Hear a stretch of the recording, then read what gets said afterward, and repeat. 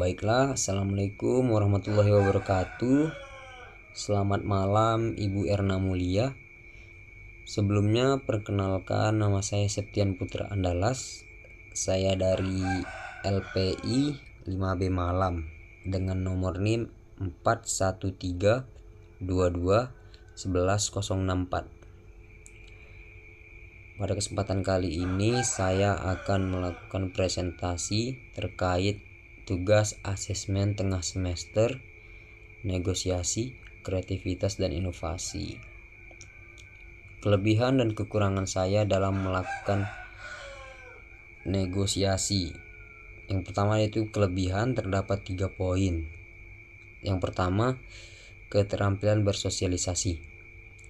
Nah, jadi maksudnya itu saya dapat membangun hubungan baik dengan orang baru yang saya temui. Selanjutnya adalah fleksibilitas.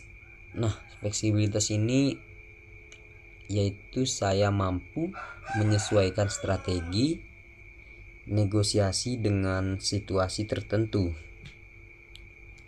Ketika situasi sulit atau situasi yang gampang. Nah, selanjutnya adalah kesabaran. Kesabaran ini saya dapat menghadapi situasi sulit tanpa kehilangan kendali. Selanjutnya adalah kekurangan saya dalam bernegosiasi, yaitu sulit menolak. Nah, untuk contohnya ini saya pernah membeli handphone dan melakukan negosiasi karena dirasa ingin cepat selesai, jadi saya menyetujui harga yang berbeda dari kesepakatan sebelumnya. Jadi saya tuh pernah membeli handphone dengan harga 5 juta. Nah, ketika melakukan COD sudah ketemu dengan penjualnya mengatakan 5 juta 50 karena dia bilang dia lebih jauh dari saya ketika melakukan di titik COD itu. Jadi saya iakan saja karena tidak enak kepada dia. Oke, selanjutnya kelebihan dan kekurangan saya dalam melakukan presentasi.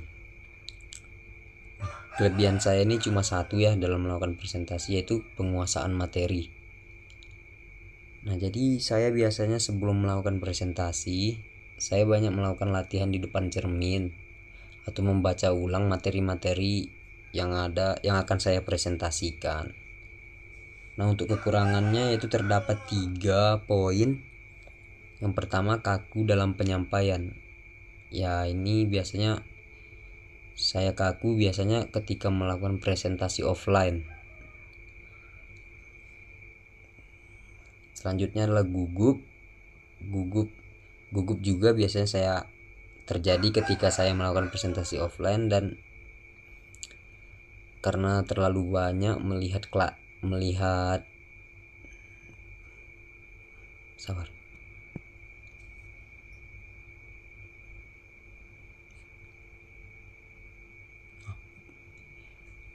karena terlalu gugup melihat audiens. Nah, jadi biasanya terjadilah gugup ketika saya melakukan presentasi offline.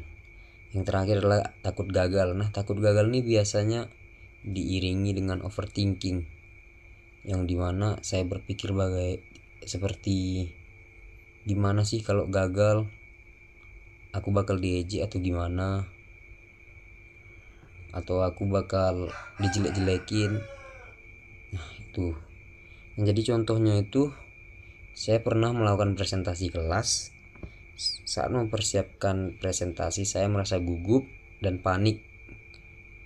Nah, jadi gara-gara gugup dan panik, presentasi saya bisa dibilang gagal.